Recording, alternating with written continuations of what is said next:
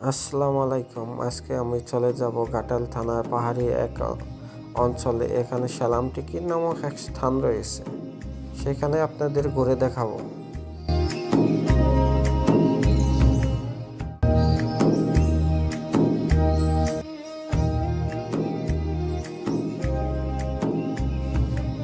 এই জায়গাটি হইতে সেলামটিকি নামক স্থান, এবং এটাকে কি বলে বুঝতে পারতেছি না, মাজার বলবো নাকি কি বলবো সেটা বলতে পারতেছে না।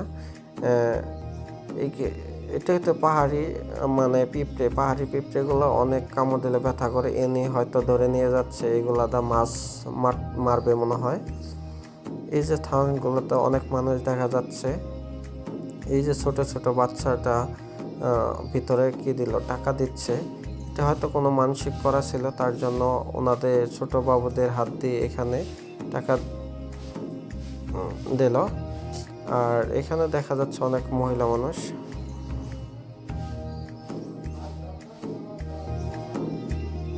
আরও একটি স্থান রয়েছে,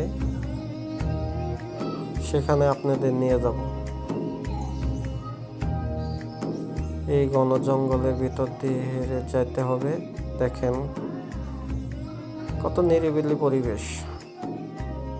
এই যে ঘরটি রয়েছে, হয়তো এখানে অনেক সময় অনেক গান বাজনা হয়, শীতের সময় অনেক অনুষ্ঠান হয় এখানে। তখন অনেক জায়গা থেকে অনেক পীর, মসজিদ এবং অনেক ফকির এখানে আসেন, এখানে অবস্থান করেন। আরও একটি রাস্তানা রয়েছে, সেই রাস্তানাটা হচ্ছে, এই ফকিরের রাস্তানায় যাওয়াটা একটু টাফ ব্যাপার, অনেক উঁচু উঁচু টিলা বেয়ে যেতে হবে। তাও আমরা কষ্ট করে চলে যাব। ওই যে দেখা যাচ্ছে একটা নাল নিশানা, খুব বিপজ্জনক জায়গা মনে হচ্ছে, তবু যাব। চলেন এখন আমরা যাই, দেখি। এই স্থানে রাত্রিতে মোমবাতি জ্বালিয়ে, আগরবাতি জ্বালিয়ে রাখেন। খুব বিপজ্জনক একটি জায়গা। আমরা এখন মেন আস্তানায় চলে যাব।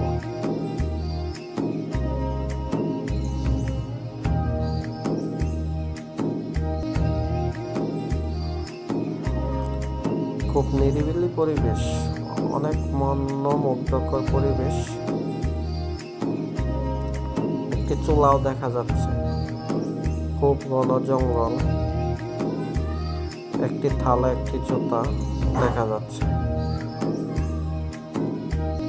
এই চুলাতে কি করে হয়তো আমার জানা নেই। একটি ডায়েরি এবং অনেক কিছু নাকড়ি পাওয়া গেছে দেখা যাচ্ছে। এই যে ফকির রাস্তানা, যেটা দেখেন, একটু ঘুরে ঘুরে দেখাচ্ছি আপনাদের। অনেক ঘন জঙ্গল, খুব ভয় লাগছে। একটি কালো পতাকা নিশানও দেখা যাচ্ছে, কালো নিশানটি দেখা যাচ্ছে, জানি না কি জন্য এই কালো নিশানটি টানানো রয়েছে।